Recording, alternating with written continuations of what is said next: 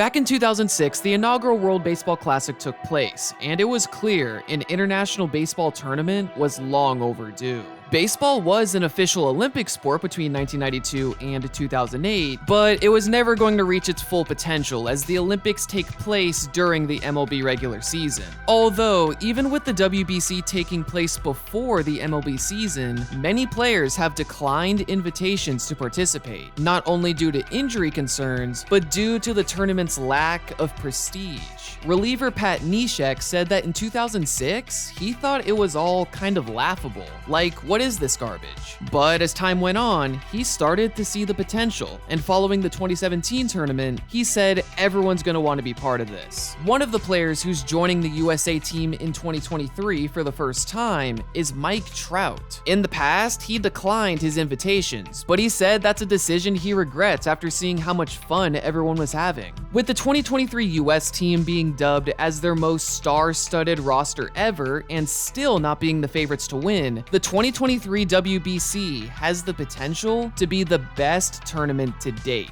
Although it's going to be tough to surpass what happened in 2017. The US were considered favorites to win the 2017 tournament, but with the quality and number of international-born players on MLB rosters increasing, many teams could beat out the US. Specifically, each country with more than 10 players on MLB rosters had some of the highest odds to win the tournament. Although, this ignores countries like Japan and South Korea, who have the most competitive baseball leagues outside of the US, NPB and KBO. In fact, the World Baseball Softball Confederation, or WBSC, ranked the Japanese and Korean national teams as the first and third best teams, respectively, with the US in between them. Although the WBSC uses a point system based on multiple tournaments to find the most successful national teams, including U12, U15, and U18 tournaments. This is why Puerto Rico and the Dominican Republic were outside the top 10. Still, I mention these rankings to highlight one team in particular. Israel. They were ranked 41st out of 70 total teams, by far the lowest in the tournament. While they had many MLB-affiliated players such as Jason Marquis, Sam Fuld, and Ike Davis, they weren't expected to make it out of the first round. Although they turned some heads in their opening game against South Korea, the team with the second best record in WBC history. In the second inning, second baseman Tyler Krieger drew a full count walk to bring in the first run of the game, giving the starting pitcher, Jason Marquis, something to work with. Keep in mind, Marquis was 38 years old, he hadn't pitched an MLB inning in almost 2 years, and hadn't finished a season with an ERA plus over 100 since 2009. Nonetheless, he shut down the Korean hitters before being taken out to avoid the 50-pitch threshold. Basically, if a pitcher throws 50 or more pitches, they must wait at least 4 days to pitch again.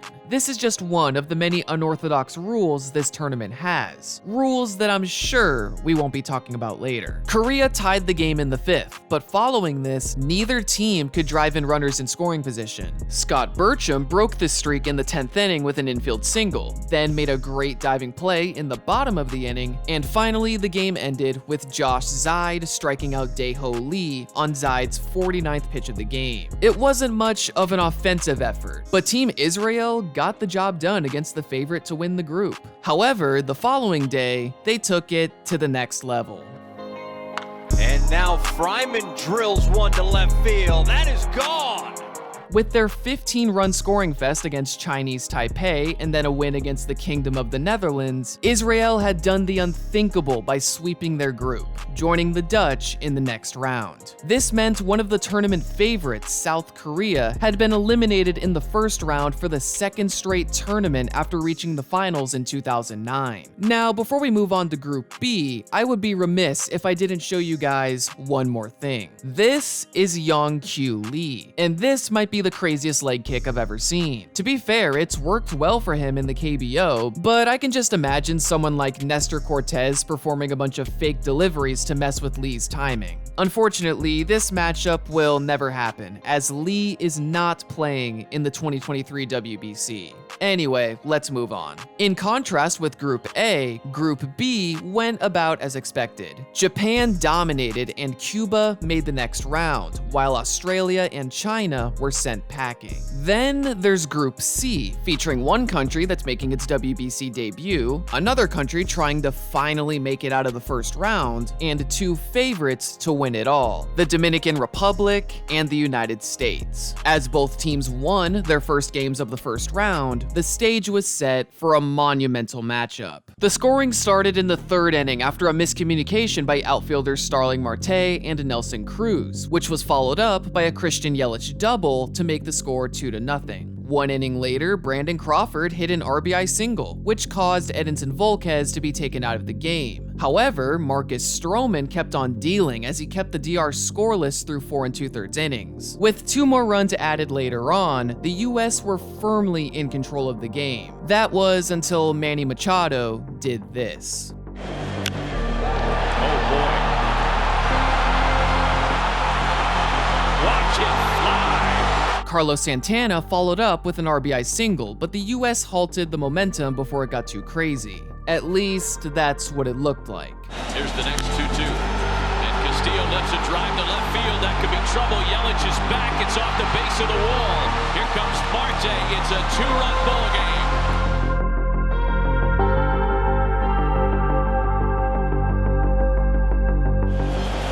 And here's Cruz. That slider is so good that he could throw 3 of those in 3 different places.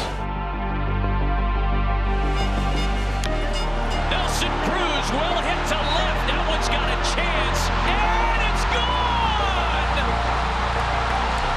Nelson Cruz, the man with 16 career postseason home runs at the time, called this home run the biggest of his life because he knew everyone in the Dominican Republic was watching. This was a tough loss for the US, and with Colombia winning their game against Canada, the odds of a first-round elimination were noteworthy. However, to eliminate the US, Colombia needed to beat the Dominican Republic. Both teams scored 1 run in the first inning, but it could have been much more for Colombia as the bases were left loaded following a fantastic play by Manny Machado. Later on, Machado showed off his bat with an RBI double, even scoring later in the inning. Amazingly, a couple innings later, he took away extra bases with a dive that led to a double play. He was making an early case for tournament MVP. But Team Colombia wasn't going down quietly as their pitchers kept the Dominican bats quiet, allowing their hitters to facilitate a comeback with an RBI double by Mauricio Ramos and a game-tying home run by Jorge Alfaro. With the Dominicans being shut out again in the 9th inning, Colombia had a real chance for a walk-off win, but they needed to pounce on this opportunity. Well, 5 pitches into the bottom of the 9th, Colombia had 2 runners on base following a single and hit by pitch. Donovan Solano nearly grounded into a double play, but a bad throw by Jonathan Villar meant only 1 out was made, so a sacrifice fly was still possible. Reynaldo Rodriguez has just hit a short fly ball to left fielder Jose Bautista, a position he hadn't played since 2009 because his strong arm made him a prototypical right fielder. Unfortunately, a 2015 shoulder injury zapped much of his arm strength, as seen with the drop in outfield assist numbers. Regardless, he needed to throw out Oscar Mercado. While he hadn't made his MLB debut yet, when he did in 2019, his sprint speed was in the 98th percentile. In short, we got a very fast player on third base facing off against an aging outfielder with diminishing arm strength. So, who's winning this battle? The catch is made by Bautista. The throw to the plate.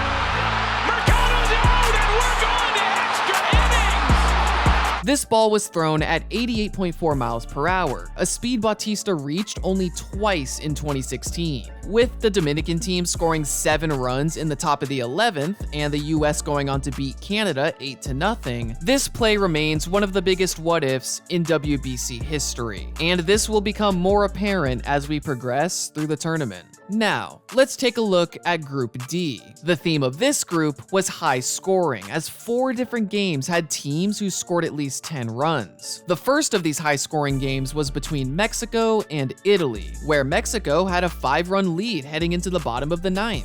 But the combination of aggressive base running, some unfortunate defensive miscues, and clutch hits led to Italy scoring 5 runs without recording a single out. This upset victory completely altered the paths of these two teams. Puerto Rico dominated Venezuela with an 11-0 win, but Venezuela came back the following day and put up 11 runs of their own against Italy in an extra-inning slugfest. This game actually almost ended in another Italian walk-off following a hit and missed relay throw, but the runner was tagged out at home plate. Italy went on to lose the following day to Puerto Rico, meaning all eyes were on Mexico and Venezuela. If Venezuela wins, they're on to the next round. But if Mexico wins, specifically by at least 2 runs due to tiebreaker rules, they go on to face Italy in a tiebreaker game. Well, with an 11-9 win, it was all set that Mexico was going to face Italy for a spot in the second round. At least, that's what everyone thought.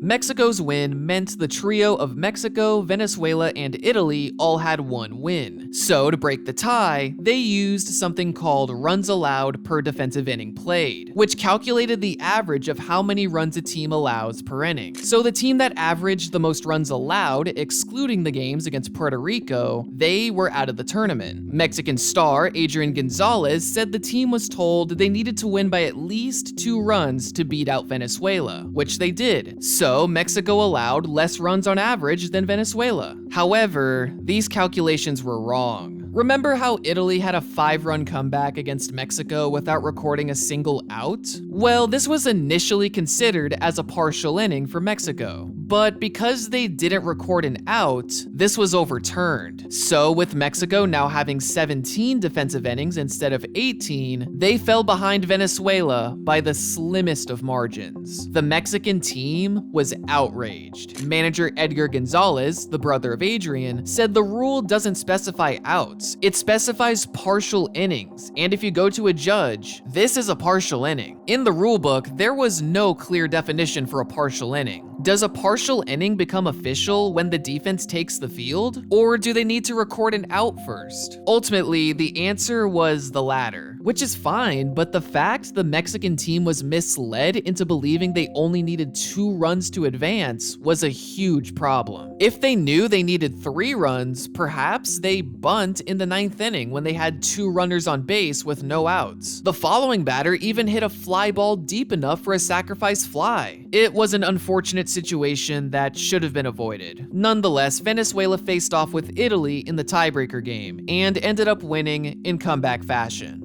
Finally, the second round has been set. In Group E, Israel continued their remarkable run with an upset win over Cuba, but the streak came to an end with losses to Japan and the Kingdom of the Netherlands. Overall, both these teams dominated the rest of the group, punching their ticket to the semifinals. Now it's time for the tightly contested Group F, featuring 4 of the best teams in the entire tournament. Well, with the first game being between Puerto Rico and the Dominican Republic, everyone knew we were in for something special. A flare out to right field. It's going to hang for Rosario. He'll make the catch. Tagging up is Gene Segura.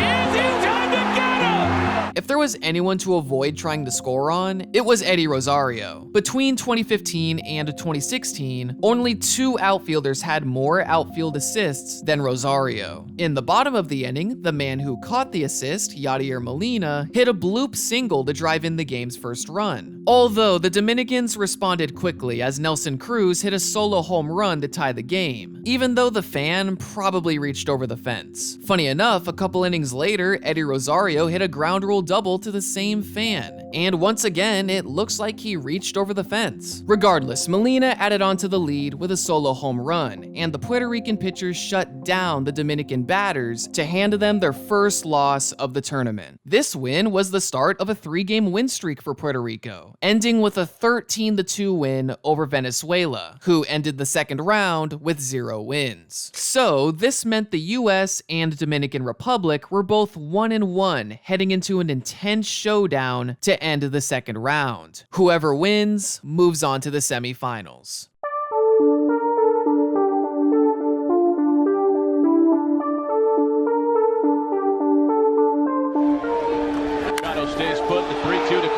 Flipped into the opposite field.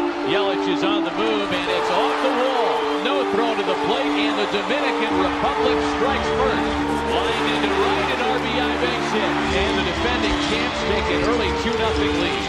Beaten on the ground is shortstop. Crawford's coming home, and they get the out to plate. And it's past Santana. It will get a run in. Yelich into the gap in left center field. They're going to wave, keeps it around, and the U.S. has tied it in the third. Stand to left. Good night now.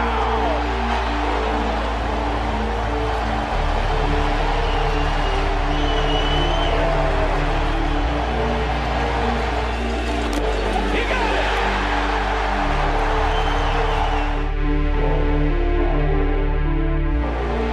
Hit well out to right center field. Jones still on the move, running out of room, and he makes it!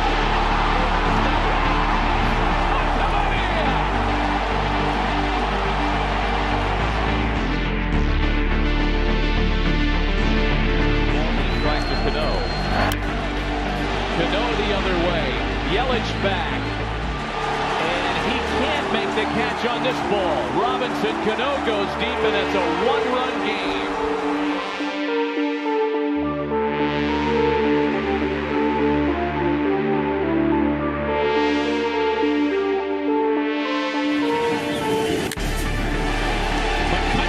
Center field, that's going to do some damage. Yelich scores. Hosmer right behind him, and Cutts comes through. Reyes to center field. Jones makes the catch, and the U.S. is 1 out away from moving to the semifinals. On the ground for Crawford, and Team USA headed to Los Angeles. The Dominican team that won the 2013 tournament with a perfect 8-0 record had fallen to a US team searching for their first ever finals appearance. With another baseball giant ahead of them in Japan, the road ahead wasn't going to be easy. But there's another game to talk about first. The Kingdom of the Netherlands versus Puerto Rico. Led by guys like Carlos Correa, Francisco Lindor, and Javi Baez, Puerto Rico had the chance to end the tournament undefeated. This is without mentioning the team's real MVP, catcher Yadier Molina. Not only was he hitting well, but per usual, his defense was exceptional. Just in the first inning, Molina caught Andrelton Simmons napping at second, and then Jurickson Profar at first, in an absolute masterclass of defense and baseball IQ. However, sometimes you can do everything right, only for something to go wrong anyway. There's a drive cross to left. That's his 4th of the tournament. Vladimir Ballantyne, the NPB single-season home run record holder, hit his tournament-leading 4th home run. Although it didn't take long for the Puerto Ricans to come back, as Carlos Correa and TJ Rivera both hit home runs to take the lead. Then in the 5th inning, Sean Zaraga hit an RBI double that nearly drove in 2 for the lead, but a series of great throws kept the game tied. This carried over into extra innings, with Edwin Diaz coming up clutch by striking out the side in the 10th, most notably in the at-bat against Vladimir Ballantyne, where emotions started to run a little high between the two teams. Nonetheless, Diaz continued his dominance by inducing a double play with the bases loaded in the 11th. Then in the bottom half of the inning, Puerto Rico loaded the bases, and there was the chance for an inning-ending double play. But Eddie Rosario was able to hit a fly ball deep enough to score Carlos Correa and clinch a spot in the finals. So, who was going to be their opponent? The following day, the US and Japan were set to face off in a matchup with no clear favorite. The US decided to use Tanner Roark to start the game, while Japan used NPB star pitcher Tomoyuki Sugano. Through a combination of pitching dominance and timely defense, both pitchers had shutouts through 3 innings. However, an error by second baseman Rosuke Kikuchi led to Andrew McCutchen breaking the tie with an RBI single. Despite this hiccup, Sugano stayed in the game and pitched 6 innings, allowing only 3 hits and striking out 6. Then in the following half inning, Kikuchi sought to redeem himself. 3, 4, 5. That was all they were getting out of it. Kikuchi to the opposite field, the ball well hit. McCutchen back, he leaps, did he make the catch?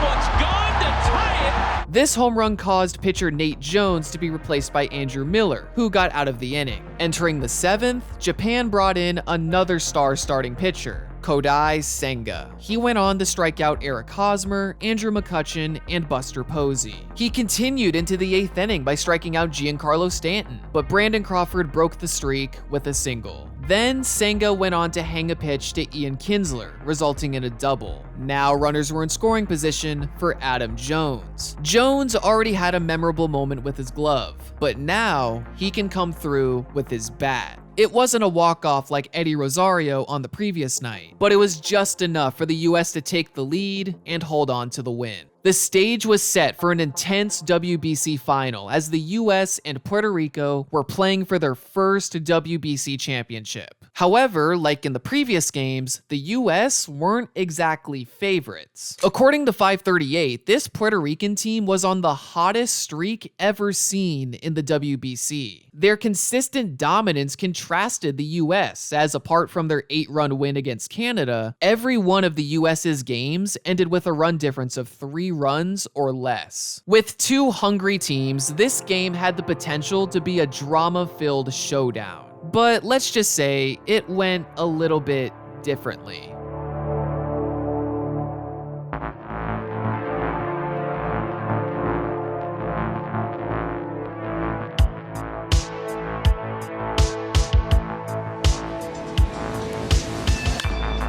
Kinsler with a swing and a drive, well hit to center field. Hernandez is back, and it's gone!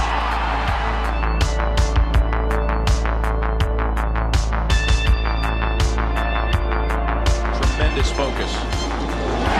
2-2 pitch to Yelich is into right field. They're going to wave Kinsler around. On the ground toward the hole, smothered by Lindor. Throws not in time and a run scores. The 3-2. Crawford into right center. That's going to score at least a pair. 6-0 U.S. Hit 7-0 U.S. Stroman departs with a 7-0 lead, took a no-hitter into the 7th, and leaves to a hero's exit.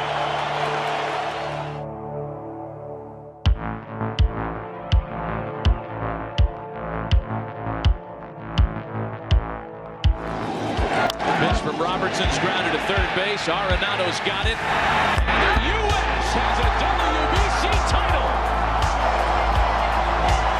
It was a tough road, but the US finally won their first WBC title. Of course, scoring 8 runs was great, but the impressive 6 no-hit innings by Marcus Stroman is what ultimately led to this win, which is why he was named the MVP of the tournament. However, this wasn't just a win for the US, it was a win for baseball. This tournament produced record numbers in both attendance and ratings. In fact, 70% of TVs in Puerto Rico were tuned in to the championship game. Overall, I believe the World Baseball Classic has the chance to be one of the world's greatest international tournaments. This will take time, but as the history and prestige continues to build, it will be tough for anyone to turn down an invite. It's going to be tough for the 2023 tournament to surpass 2017. But if it does, then it's safe to say the WBC is well on its way to becoming a can't-miss global event.